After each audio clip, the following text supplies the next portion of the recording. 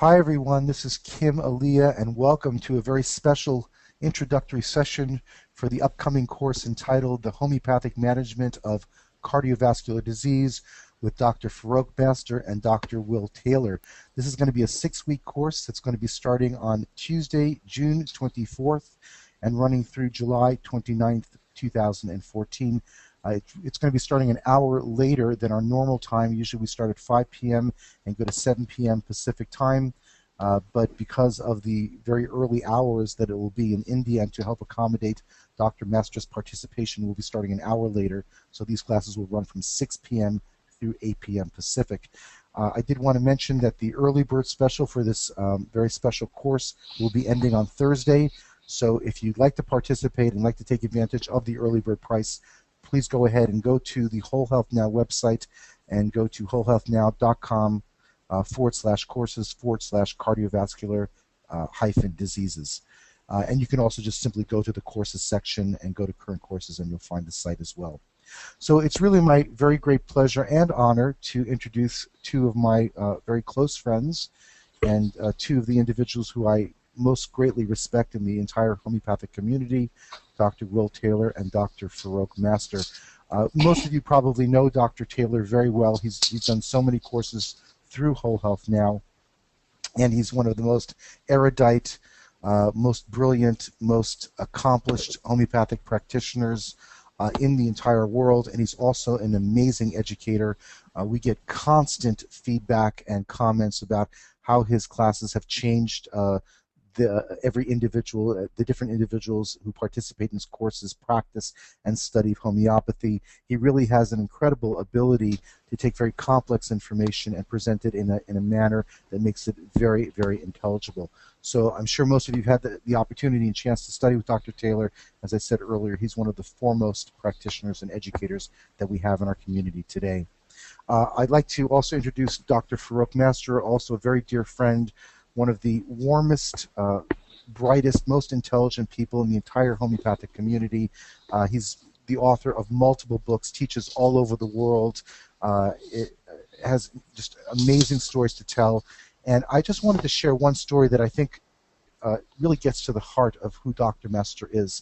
And this happened many years ago when Dr. Master first came over to the United States upon our invitation to teach 2 seminars, one on the East Coast and one on the West Coast. The one on the West Coast was on the treatment of cancer, and the one on the East Coast was on the treatment of pediatric disease.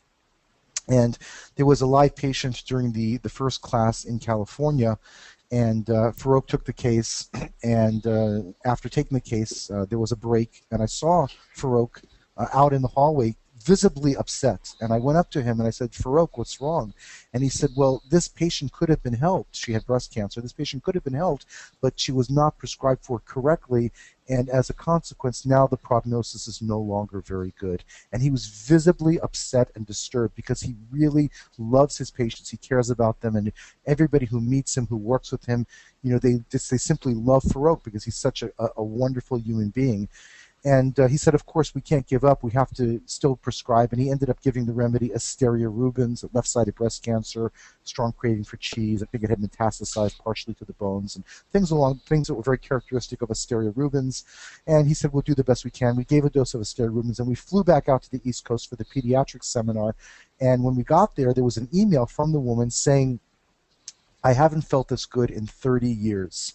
Now, of course, that's not an indication that she's going to be cured, but even a year later, she sent us an email and wrote that she was essentially asymptomatic of her cancer. And I believe that even 25 years later, this woman is still asymptomatic from cancer. And of course, it shows you and demonstrates his incredible skill as a practitioner and as an incredible homeopathic prescriber, but also the real heart of this individual. And so this is somebody that we can learn from tremendously. As a matter of fact, Dr. Taylor and Dr. Master, in my opinion, are really two of the greatest teachers we have because they don't try to mystify homeopathy. They try to make it understandable. They try to create a situation where you can duplicate their success in your own practice. So with that very quick introduction, I'm going to go ahead and pass it over to Dr. Master. If you looked at the way the course is designed, there'll be a few sessions where Dr. Master and Dr. Taylor will be sharing the teaching duties together. We'll be presenting cases together, commenting on each other's cases, doing materia medica differentials. There'll also be a few sessions where they will work on their own as well. So we've tried to create an integrated approach that will really benefit the participant to the greatest amount. So let me go ahead now and make Dr. Master the presenter. And thank you again to the two of you for participating and being available to do this evening. So good morning, my friends. This is just an introduction seminar. I am grateful to WholeHealthNow and especially to Key Media for giving me an opportunity to share my knowledge. The topic that I have selected is a very small case which I treated some years ago. This patient, 58 years old male, comes from northern part of India. He's a very successful businessman, but unfortunately he suffers from chronic renal failure and he's on hemodialysis 3 times a week. Prior to that, he also had a renal transplant, but this transplant was rejected and hence he was back on dialysis. And prior to that, he had a hypertension for which he never took a regular treatment and hence his kidney got damaged, and that's how the renal failure set in. But post-transplant, he is on regular treatment for his hypertension, but unfortunately the disease progressed and his hypertension never comes under control without any medicine. He has complications of dialysis. He is not able to maintain his blood pressure. Most of the time his blood pressure goes very down immediately after dialysis, and then when he is not having dialysis, the blood pressure shoots up. But his main concern for coming to me was the discomfort in the chest on exertion. He visits a cardiologist and the doctor advises him a coronary angiography, but on a scan, on a CT scan. What is on a CT angiography? And they discover that his left main coronary artery is blocked almost up to 80%, and he needs stenting, that is to put some stent with some chemicals so that the artery becomes dilated. He doesn't accept this advice of cardiologists because he doesn't want any intervention which is surgical in nature on his body, and this was the main reason why he was looking out for some alternative treatment. Now this patient's mother had a cirrhosis of liver for which she was very much benefited by my treatment on a palliative purpose, and hence this was the main reason why he consulted me. His main complaint was extreme weakness on exertion. Just walk few steps and then he is tired. The discomfort was worse exertion, but if he decides to walk further and ignore the weakness or discomfort, then the pain becomes stronger and stronger and it starts affecting his left upper limb. He has to take rest. Now since he is having hemodialysis, he also has a very scanty urine. There is hardly any appetite.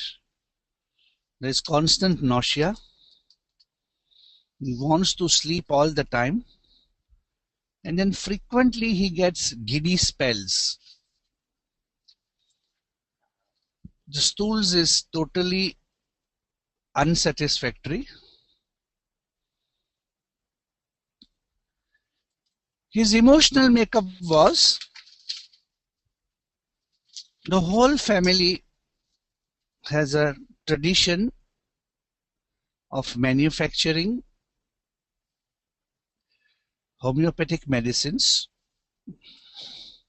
maybe since last 70-80 years, in a very small city in the northern India, just below the Himalaya.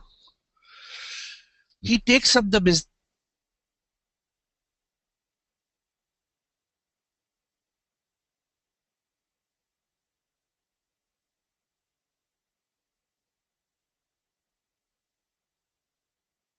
angry, egoistic, and slightest contradiction will provoke anger in him.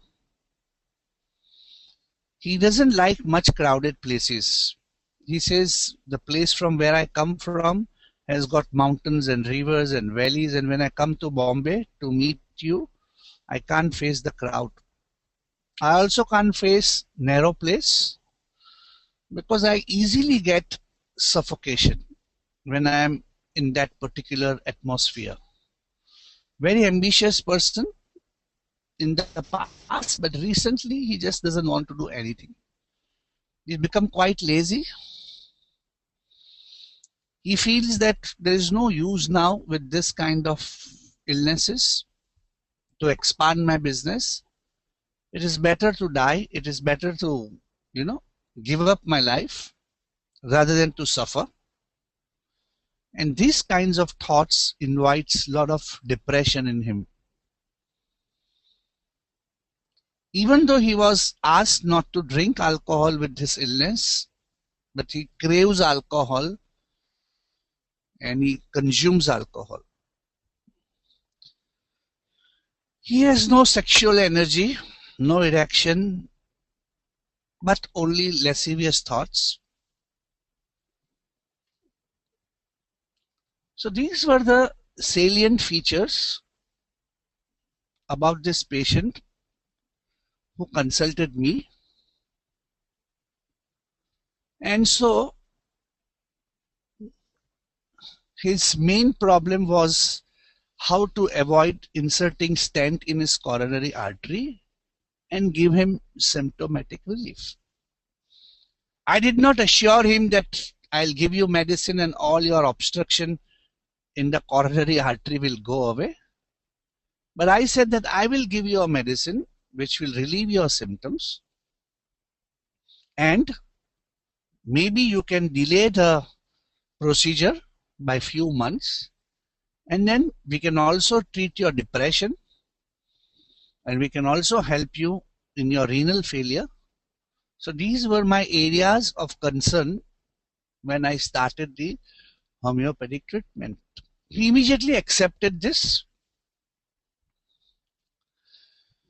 I also asked him some extra questions, and one of the very important question was that his giddiness was also worse motion. The giddy feeling that he suffered from. He has a constipation with an ineffectual urge to strain. So he's never complete in one shot. He has to go frequently, 2-3 times to have that feeling of satisfaction that he has cleared his bowels completely. When I examined him, his pulse was pretty weak. His systolic blood pressure on the day when there was no dialysis will go up to 180. But immediately after the dialysis, his blood pressure will go down as low systolic as 95. So you can see a big variation between 95 and 180, what we call as a labile hypertension, because the blood pressure is not being able to maintain. This I have seen in many patients who are on dialysis. They are not able to maintain the blood pressure post-dialysis. He also said sometimes the pain in his chest, that the discomfort that he is able to complain, gives him a sense that he cannot breathe properly. I repertorized his case using some very common rubrics. Most of them were pathological, but some of them were having general symptoms also. I took excitement, emotional from. I took thoughts of death. I took fear, narrow place, crowded place, suffocation, laziness, ineffectual urging and straining for stool. And there's a very nice rubric in the chapter of kidney, dialysis complications of. I took that rubric. I took urine scanty. And then I took heart complaints accompanied by upper limb, left upper limb, especially the pain.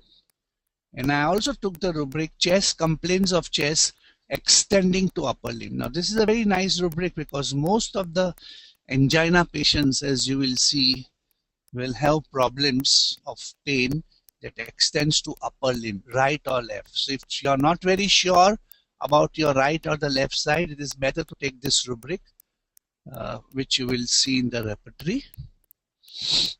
There was a constant sleepiness. I took both the rubric, hypertension and hypotension, because this was the part of the story. And of course, his renal failure you can take under the rubric uremia, and then weakness on exertion. After taking this rubric, a lot of remedies came up for selection, and I started with lycopodium. I given two different potency, 30C and 200C. But his main agony of hypertension, giddiness, chest discomfort, but not coming under control. Now here it is very important that even though a patient comes with an anginal type of attack,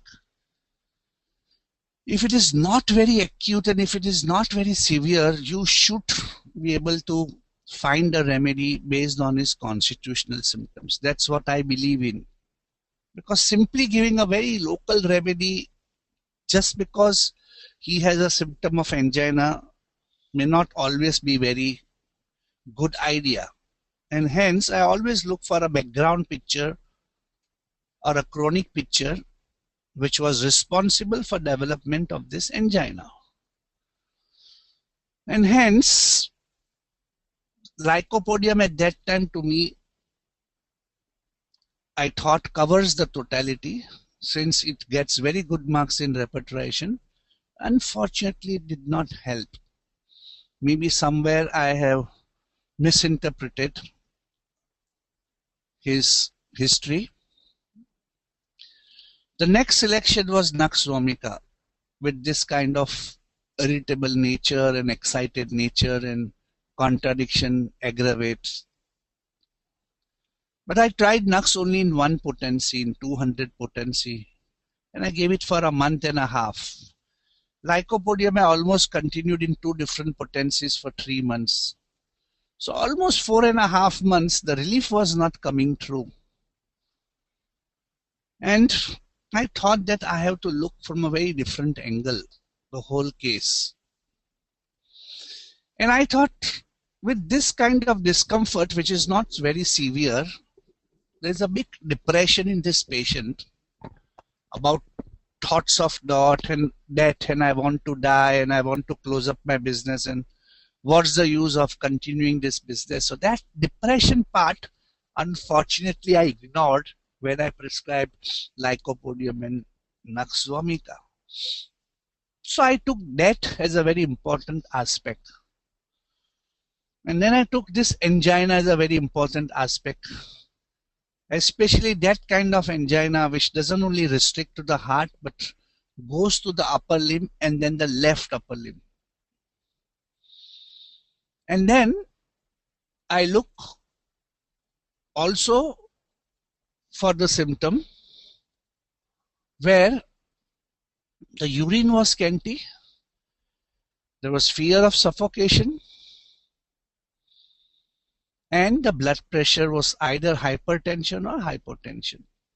So I took some symptoms from the pathology, some symptoms from the mind, and some symptoms from the chief complaint.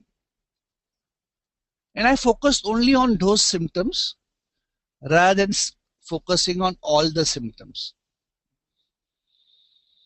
And to my surprise, I found out that these symptoms are very well covered under the remedy Leptrodactus mectans. It's a black widow spider. Now, this was not a new remedy for me. I had used this remedy in the past, and I had also used this remedy as a very, very chronic remedy in some cardiological cases, which I may be showing you in this future session.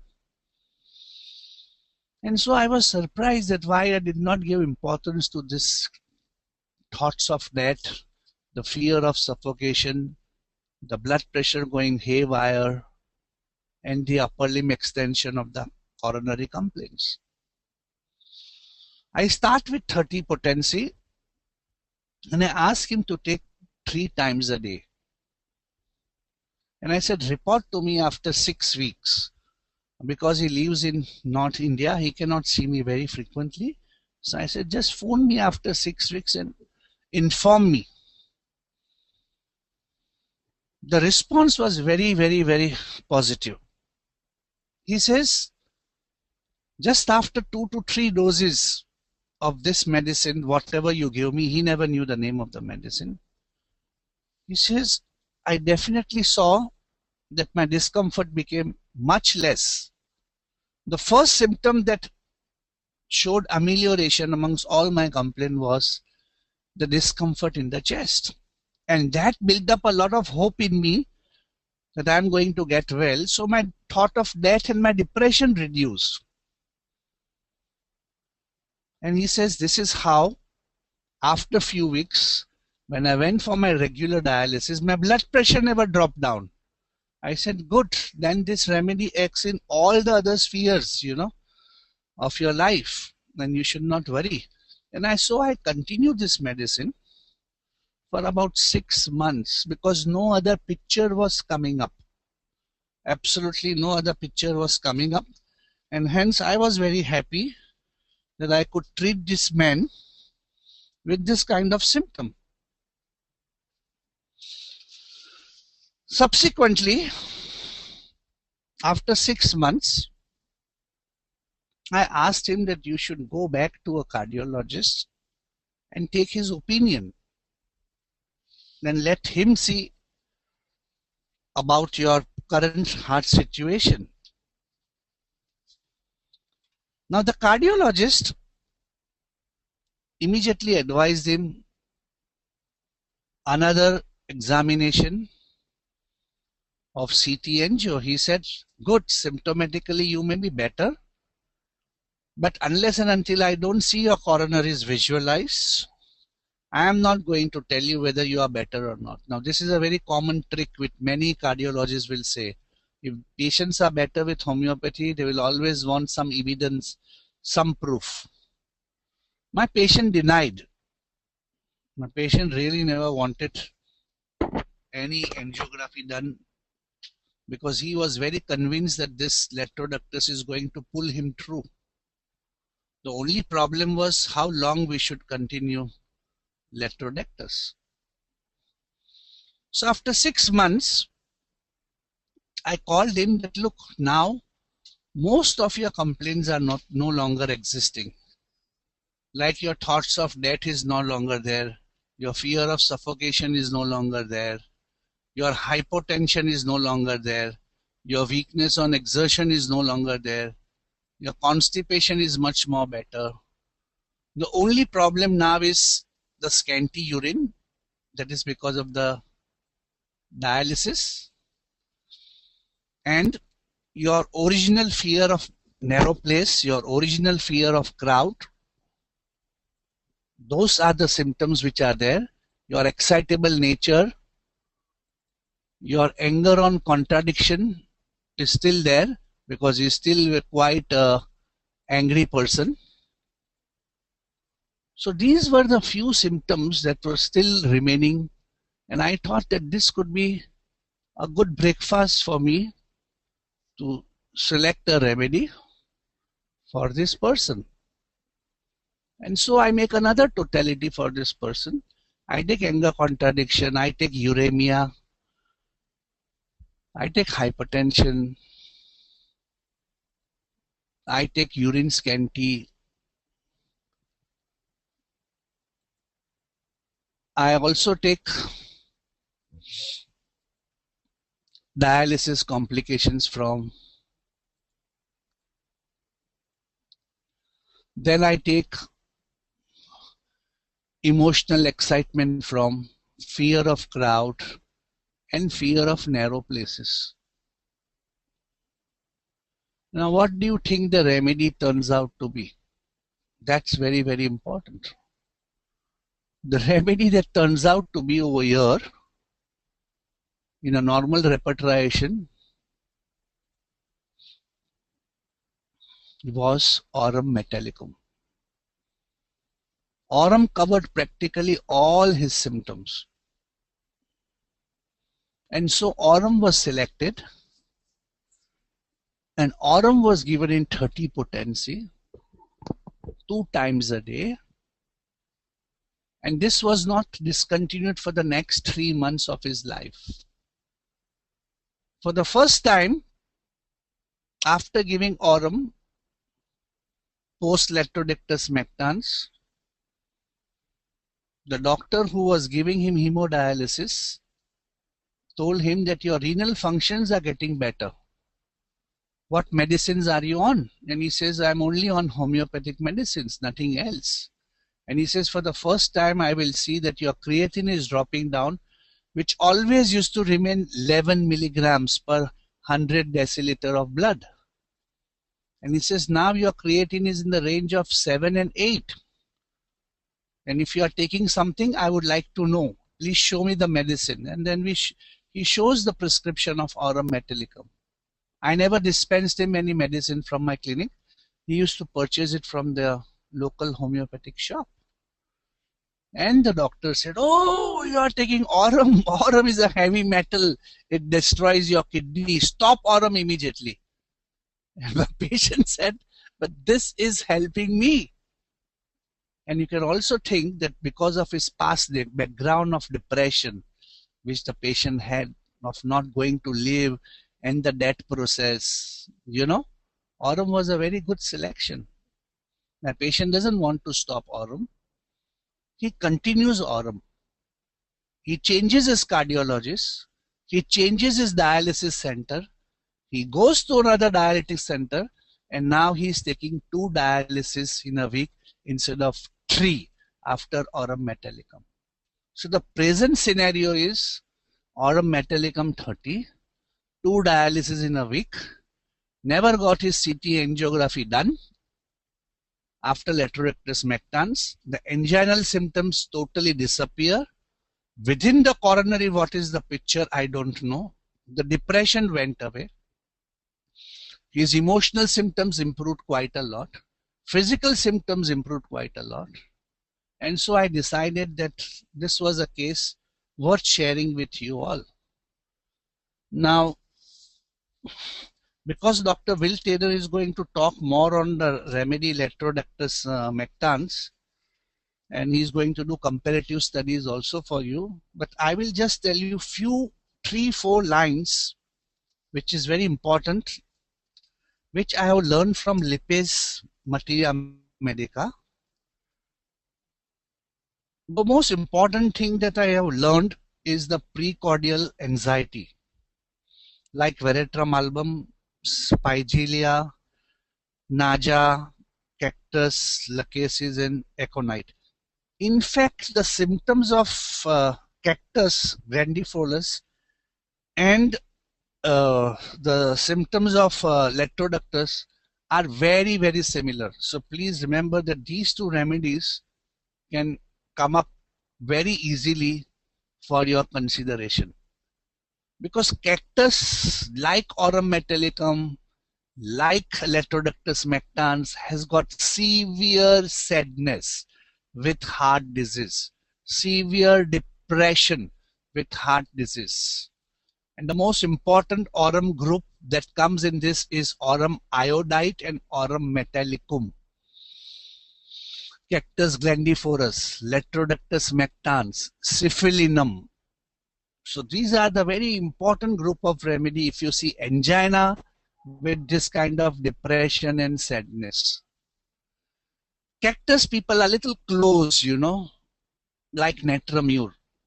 Even though they have anxiety for the health and fear of health disease, but still they are emotionally very, very closed person. So that is very important for you to remember.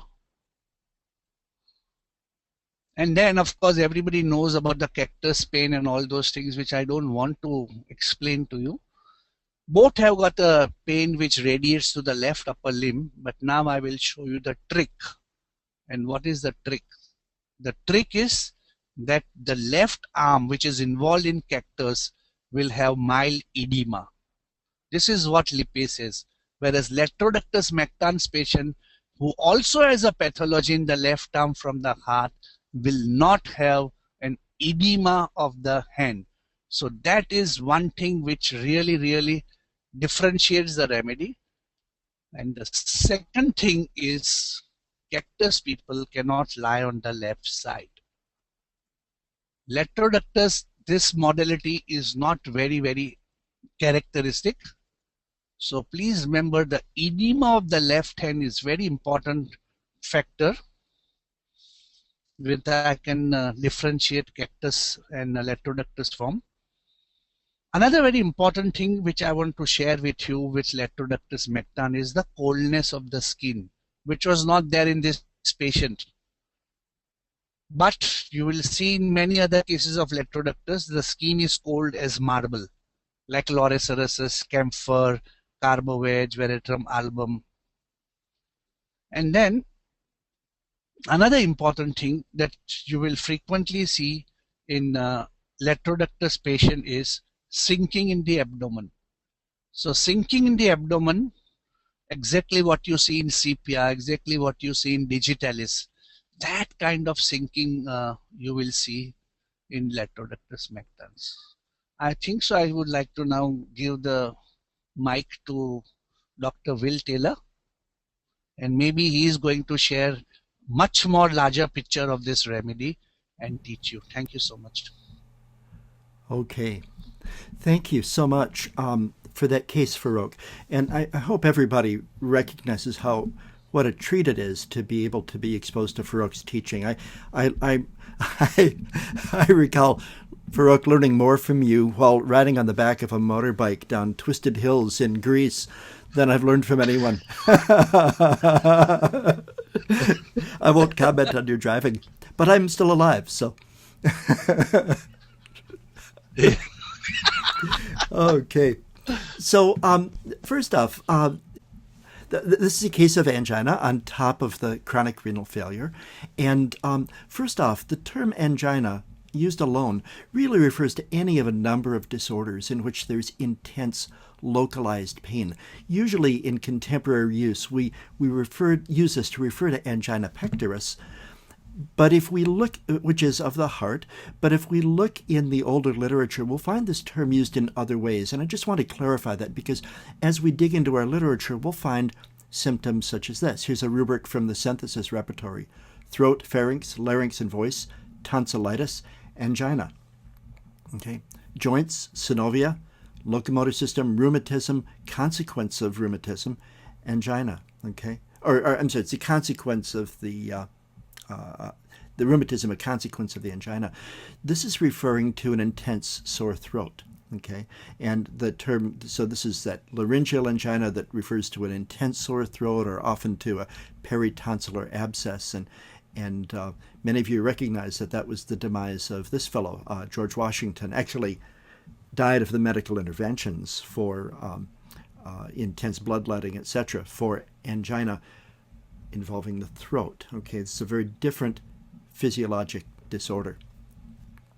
So angina pectoris, and an alternate term is stenocardia, okay, refers to this intense pain originating from inadequate blood supply to the heart, from inadequate supply from the coronary arteries. The term stenocardia from the Greek stenos, or narrow.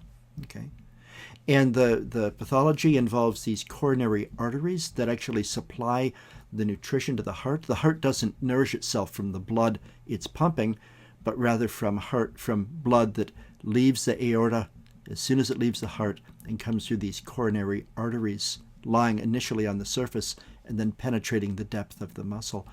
And it involves initially some constriction of these blood vessels, some fixed constriction from atherosclerotic disease in these, okay, number one. Number two, some unfixed or variable constriction from spasm of the walls of these vessels, okay. And third, based on that constriction, when the activity of the heart increases to the point from exertion, from exercise, etc., and the heart demands more oxygen than it's able to receive through the blood vessels, that's when the anginal pain will occur. Okay, so it's when the activity of the heart is demanding more oxygen than its restricted supply can provide. Is when we find that anginal pain. And there are two components. There's a fixed component, okay, and there's a spasmodic component. And the spasmodic component is what's active in the acute setting, okay, often, and the more fixed component kind of in the chronic setting. So don't be surprised if in a case of treating angina, you see a sequence such as this, where there's a remedy that may address the excessive spasmodic nature or another variable factor that's limiting blood supply, and a more fixed supply that's requiring a second, more chronic remedy for the case. You know that I hesitate to use the word constitutional because, in truth, any prescription we give addresses the entire constitution of the individual. So I prefer to distinguish between acute and chronic situations. Now, we can find clinical rubrics in our literature. Here's from the complete 4.5 Materia Medica Pure Project repertory, a rubric for angina pectoris, stenocardia, and you'll find a very, very similar rubric in any of our contemporary repertories in synthesis, for example. About 120, 140 remedies, depending which repertory you're looking at, of remedies that have been demonstrated the utility clinically in the treatment of angina. Okay, this obviously clinical rubric. We don't do a proving to the point of causing angina.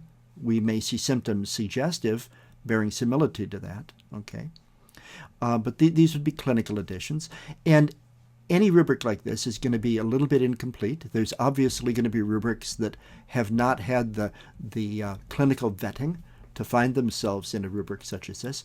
And some of these remedies are in here because they've benefited a case, but not necessarily curatively. They may have temporarily palliated.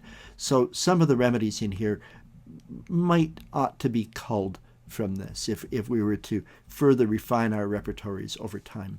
Okay.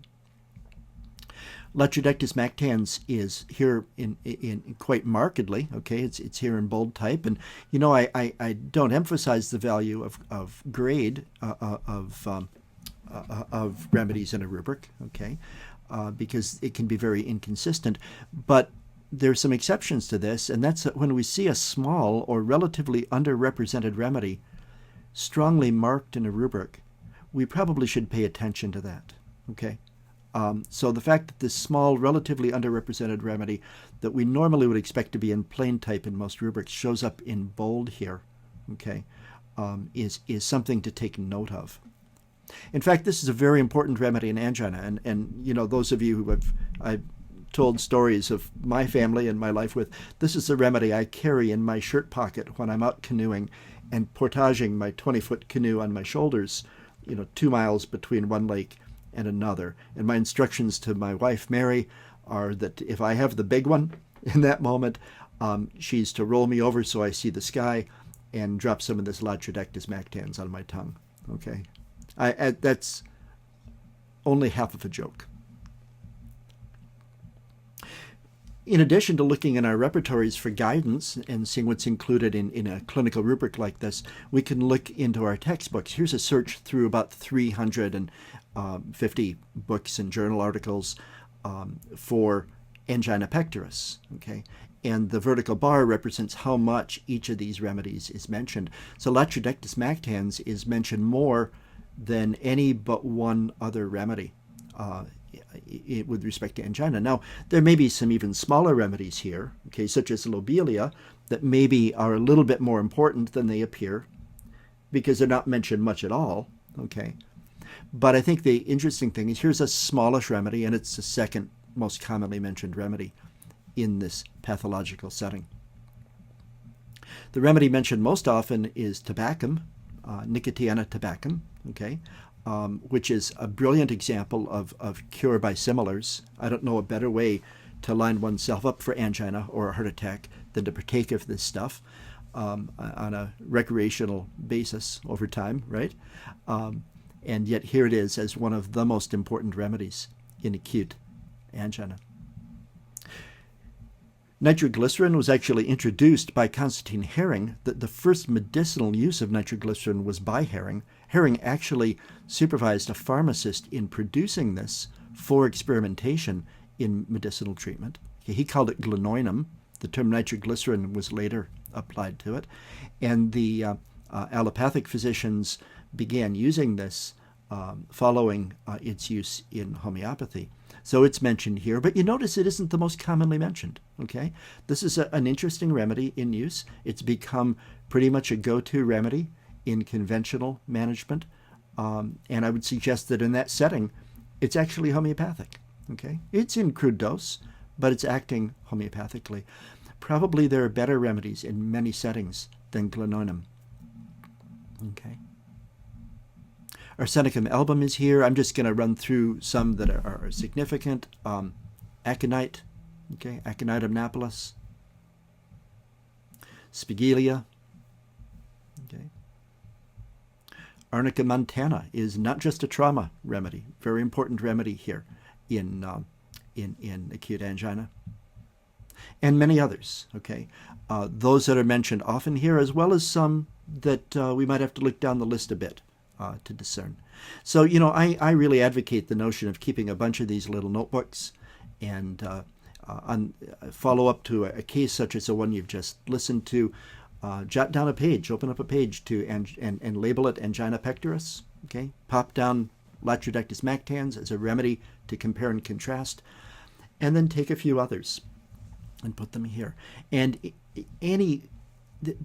absolutely the best way to learn a remedy is to study it yourself. You could listen to me till you're blue in the face, but and that's, you know, it's important to listen to our teachers, but I think it's very important to engage in this process of studying yourself as you go along.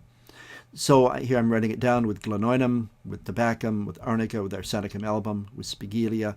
I could probably add aconite to this, perhaps some others. But when engaging in a particular study, I would keep it simple, keep it concise and short, and perhaps take Latrodectus mactans and study it in contrast and comparison with tabacum. Okay. Another time, open up the book to the same page and study it in comparison, contrast with arsenicum. And you can ask me, how are you ever going to get through 3 notebooks of study guides such as this? And the answer is you have a lifetime ahead of you as a homeopath and patience. And I think this is a very important procedure to go through. Don't worry about being thorough. Learn a little bit each time, okay? We can also embellish this study a little bit by looking at some specifics of angina. Okay, let's look at some common expressions of angina that not every case of angina might have. For example, oppression about the heart, okay? A feeling of oppression, of heaviness and tightness about the heart. Not going to be present in every case of angina, but it's going to be the descriptor in some. So Latrodectus mactans is mentioned here. Here it is in plain type because it's a smallish remedy. It should definitely be bold, I think, in this remedy, in this rubric. You know, I'm hesitant to suggest suggestions like this, but I think that one's justifiable. And by the way, Farokh, if you're listening in, I would appreciate it if you would interrupt me and correct my errors or add anything at any point that you wish. I'd love it. I would learn so much that way. We can also look at this rubric, chest anguish, about the heart and region of the heart. Now notice it's a very small rubric, only 7 remedies. I probably would never use a rubric like this in an actual analysis, because it's probably incomplete being so small. Okay, there's some very important remedies here. Arnica. This anguish of arnica is something we don't often emphasize. We'll talk about the sending the doctor away when injured, but there's a lot of anxiety in this remedy as well. Okay, not part of our normal teaching of this. Arsenicum, of course, aurum, Rhus toxicodendron. Okay, and these remedies, particularly in the context of angina, with this anguish about the heart. But you notice that Farokh mentioned this as an expression of Latrodectus magtans, yet it's not here, and that's because of the incompleteness here, and because what I like to call the Rodney Dangerfield effect. This is a small remedy; it doesn't get the respect it deserves. Okay, so in a case like this, we might want to be a little more creative with the repertory and look and say, well, we have mind anguish, and we have mind anxiety in the region of the heart. So let's look for remedies that have both anxiety in the region of the heart that could progress to the extent of anguish. And let's use those 2 rubrics here, okay? And look at the remedies that are in both of them, okay? Not combining them, but crossing them, okay? We find there are 66 remedies in common. That's pretty good for those 2 remedies, for those 2 rubrics that are pretty large. So 66 remedies with anguish in the region of the heart that could progress to anguish. And of course, aconite and arsenicum lead that list, but Latrodectus magtans is definitely here.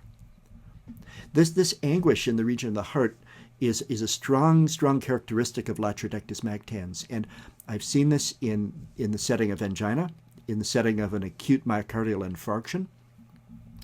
And I've also seen it in panic syndrome in an individual with a healthy heart, in a number of cases. Okay, I had a fellow who was a chef, okay, and with severe panic attacks, who responded to Latrodectus magtans. The trigger was dropping a pan on the floor. Okay, any noise would set this off, and we think of that as a keynote of some other remedies. Okay, particularly of Theridion. But as we'll find, and there's an interesting story here, it's a strong symptom of Latrodectus magtans that showed up in the one proving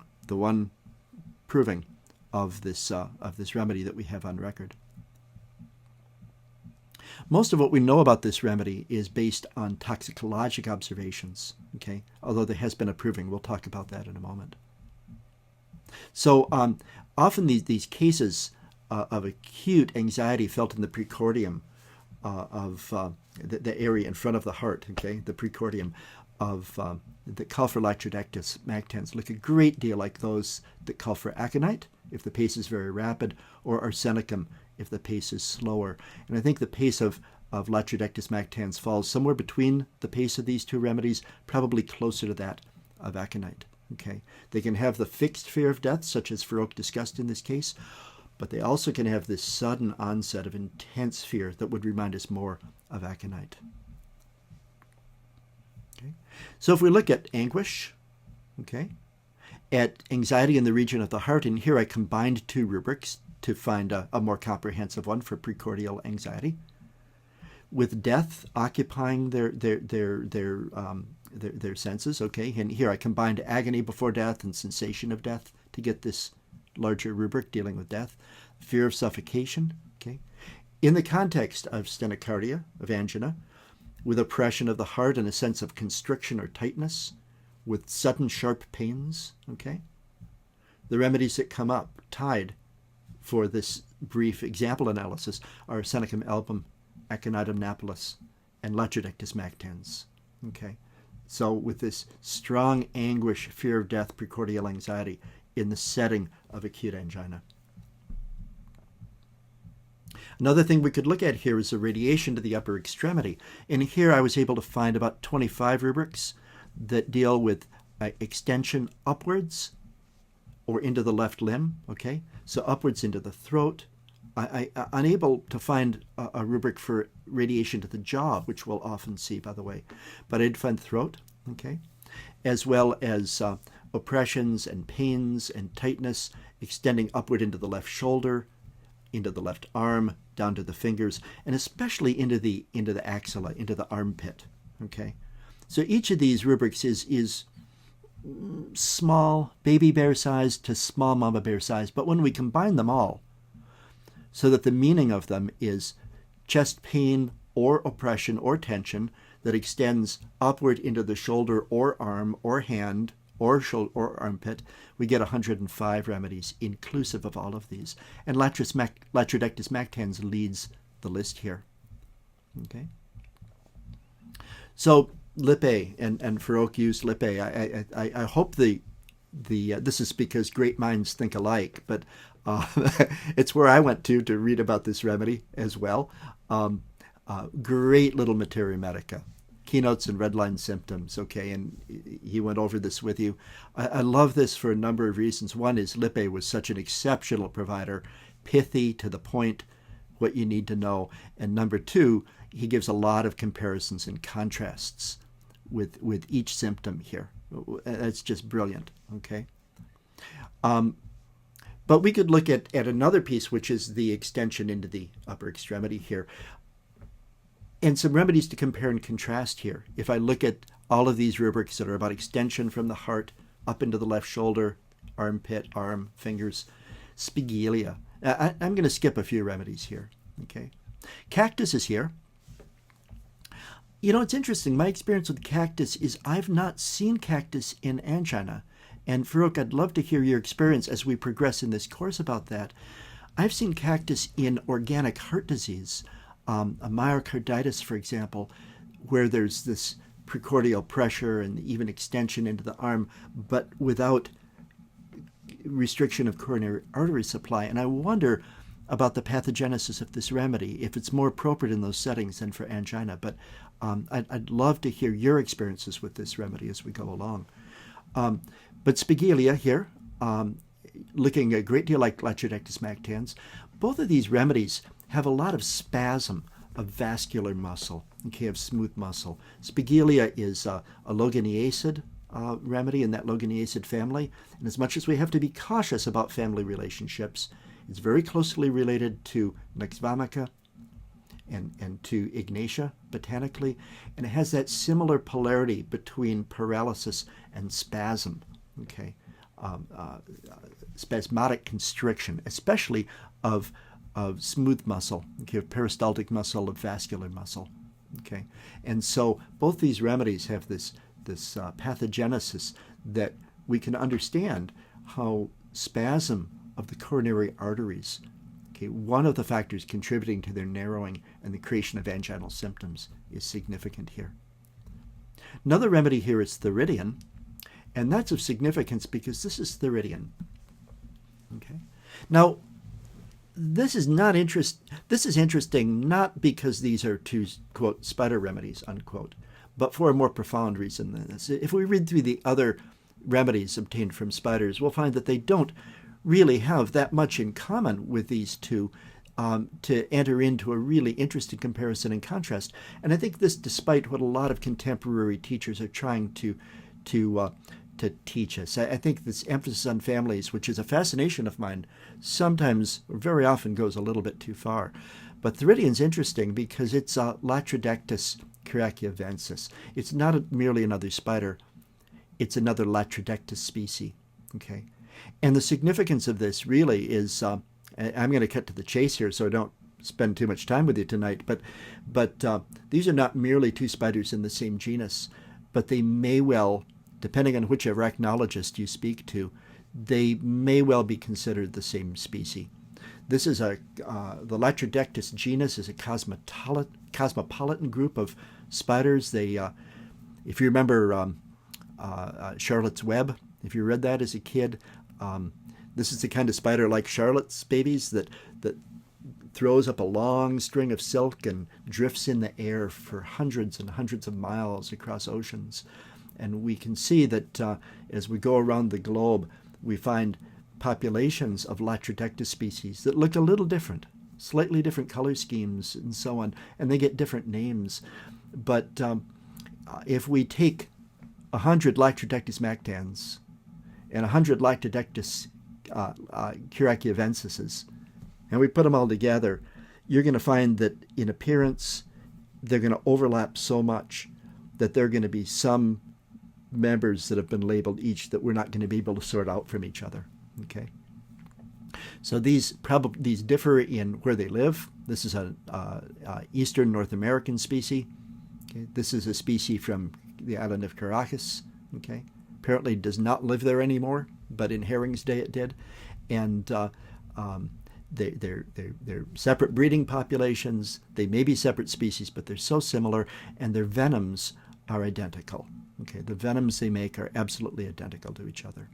So I think the interest here isn't so much that these are both spiders or they're in the same genus, but that the remedy itself, I would suggest, is probably the same. Okay. So Herring did his Prüfung.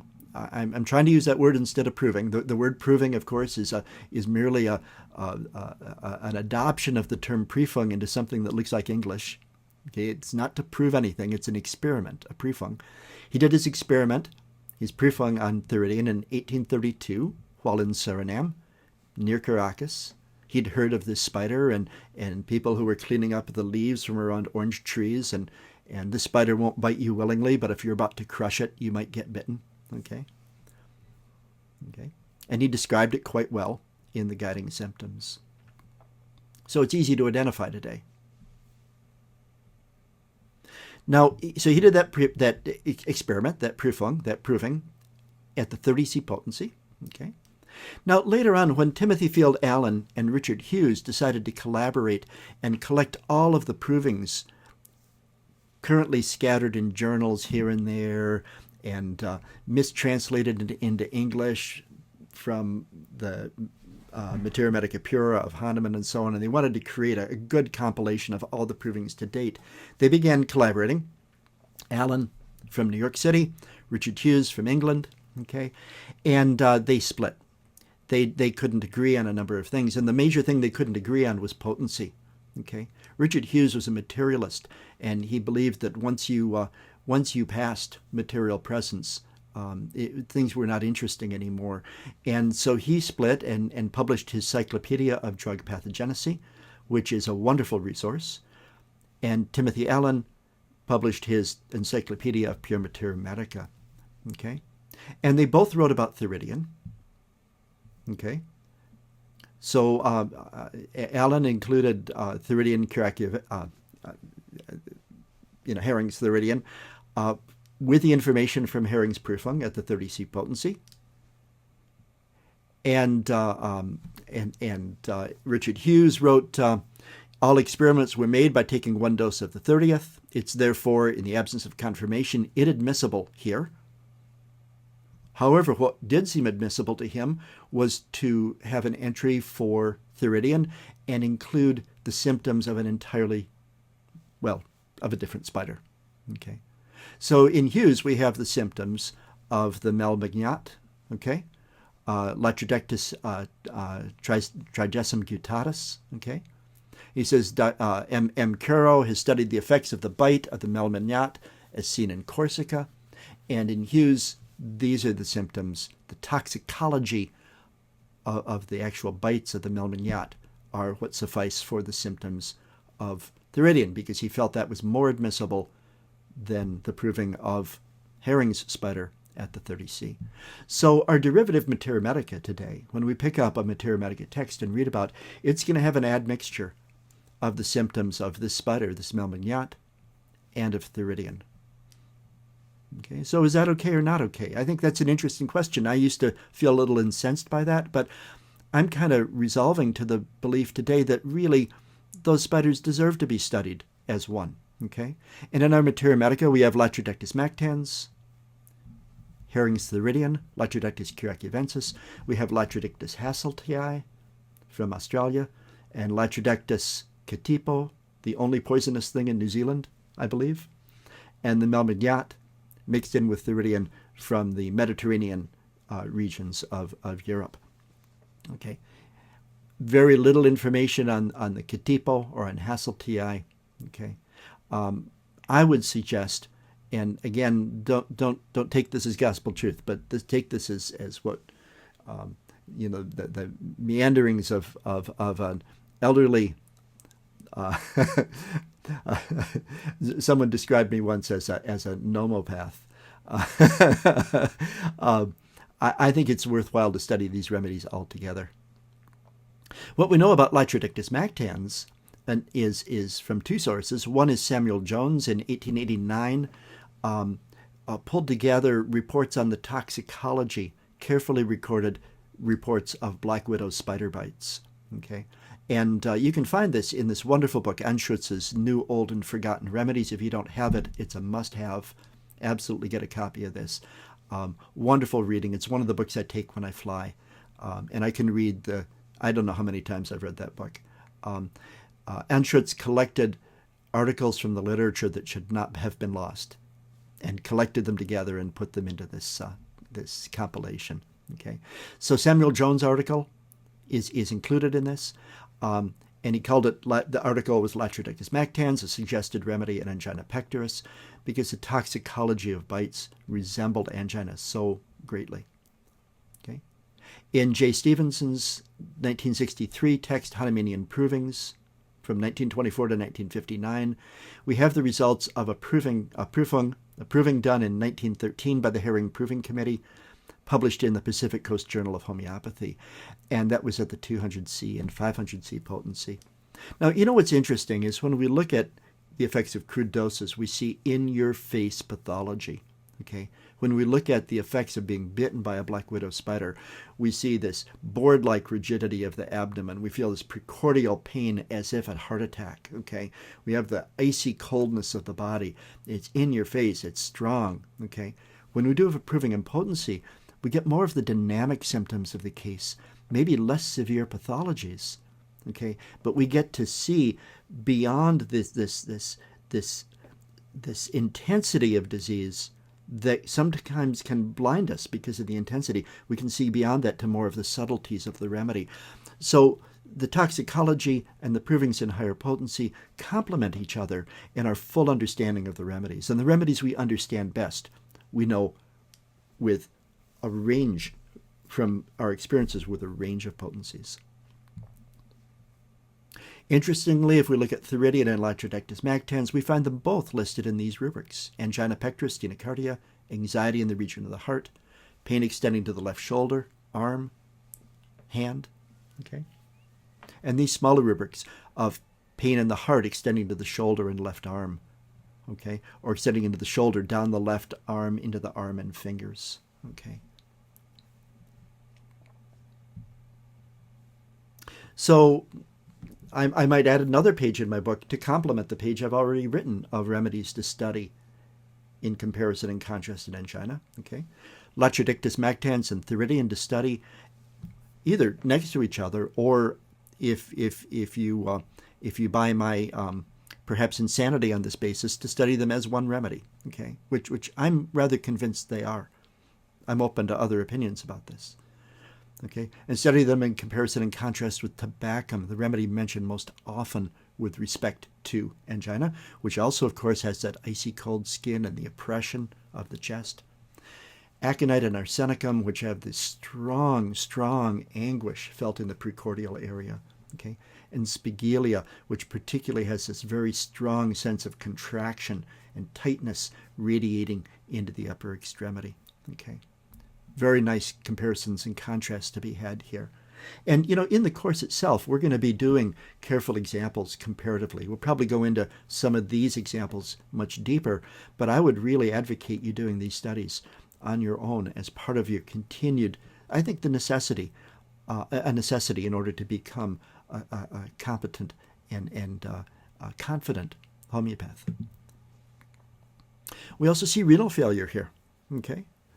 So rubrics: renal failure, acute renal failure, albuminuria, albumin or proteins spilled into the urine due to malfunction in the kidneys, and blood in the urine. Okay, suggesting here with the albuminuria and the bloodiness, without a great deal of edema in the body, suggesting a nephritic syndrome as opposed to a nephrotic syndrome.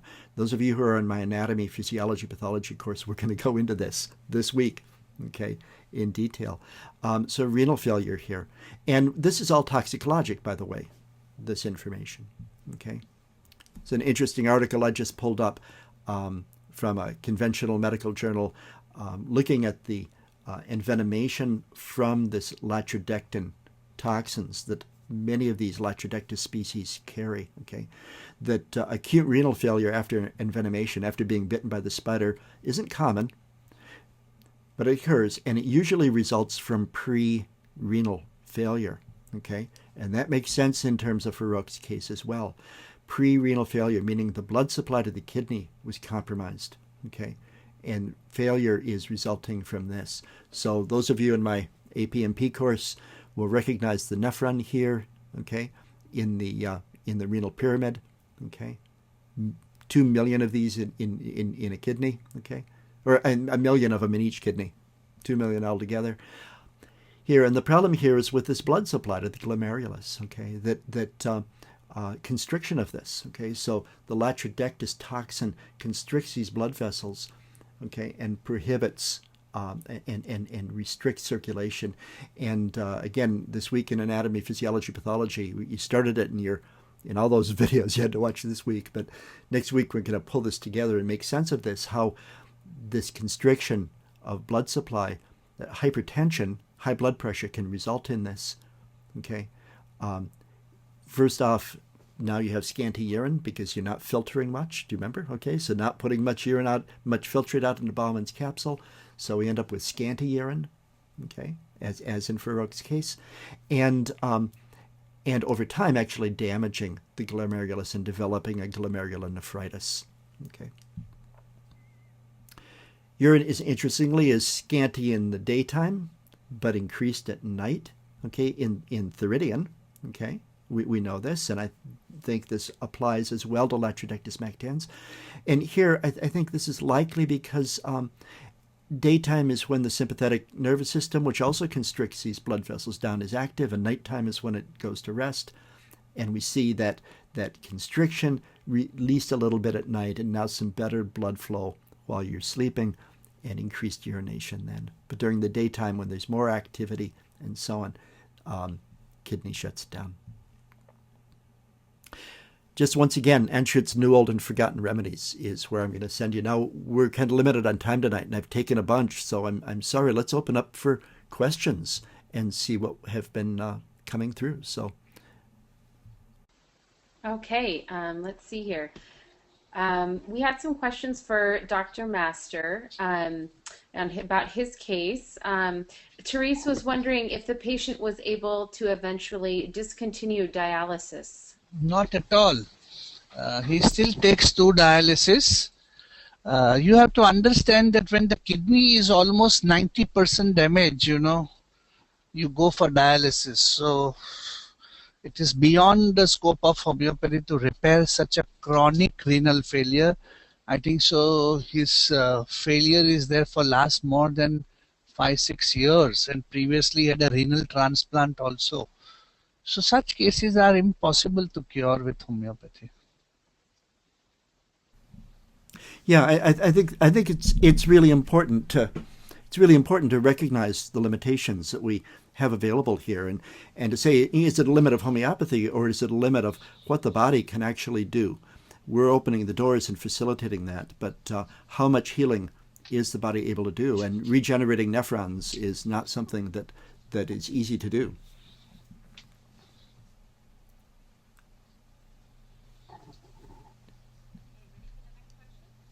Okay, ready for the next question? You bet. Yes. Okay, great. Amit is wondering if either of you have seen cases where arterial blockage itself was reduced with homeopathy. Yeah, not in all the cases, but in few cases for sure. Like at present, I'm treating a person who has a very bad blockage, about 90% in the left main coronary, and also in the right coronary in one of the branches, about 60%. And the doctor says that the plaques are too hard and to remove them and put a stent, and hence he needs only bypass surgery, open heart surgery, what is called as.